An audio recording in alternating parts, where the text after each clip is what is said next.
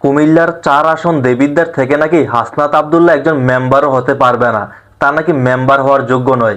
তাছাড়া কুমিল্লার ৪ আসনের বিএনপি থেকে এমপি পদপ্রার্থী মঞ্জুরুল আহসান মুন্সি বলছেন, যার কিনা বাপদাদার পরিচয় নেই, বংশ পরিচয় কিছুই নেই, সেও নাকি এমপি হবে।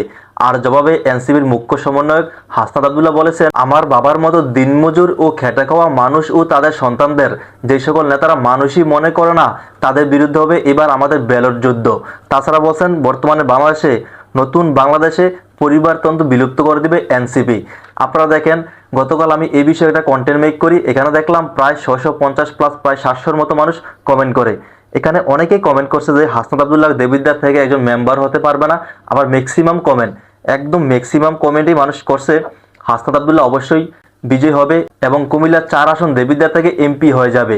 এখানে প্রায় বেশিরভাগ কমেন্ট ছিল এমন যে, আমরা হাসনাত আব্দুল্লাহকে চাই, আমার বাসা দেবিদ্বার, আমি আমার পুরো পরিবার হাসনাত আব্দুল্লাহকে ভোট দিব শাপলাকলিতে। আবার অনেকে বলতেছে হাসনাত আব্দুল্লাহ শুধু দেবিদ্বারের নেতা নয়, তিনি সারা বাংলাদেশের নেতা, লং রেসের ঘোড়া।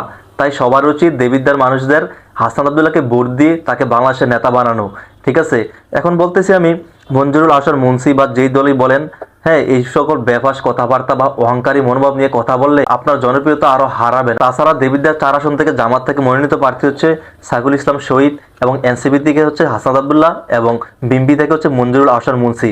যারা কুমিল্লার মানুষ আছেন, বিশেষ করে দেবিদ্বারের মানুষ, আপনারা অবশ্যই কমেন্ট করে জানাবেন যে কুমিল্লা দেবিদ্বার থেকে হাসনাত আব্দুল্লাহ জয়ী হতে পারবে কিনা। তাছাড়া বাংলাদেশের অন্যান্য জেলার মানুষরা অবশ্যই কমেন্ট করবেন, আপনারা এখান থেকে হাসনাত আব্দুল্লাহকে চাচ্ছেন না মঞ্জুরুল আহসান মুন্সি, নাকি জামাত থেকে সাইফুল ইসলাম শহীদকে চাচ্ছেন। অবশ্যই কমেন্ট করবেন আর ভিডিওটা শেয়ার করে সবাইকে দেখার সুযোগ করে দিবেন। সবাই ভালো থাকবেন, আসসালামু আলাইকুম।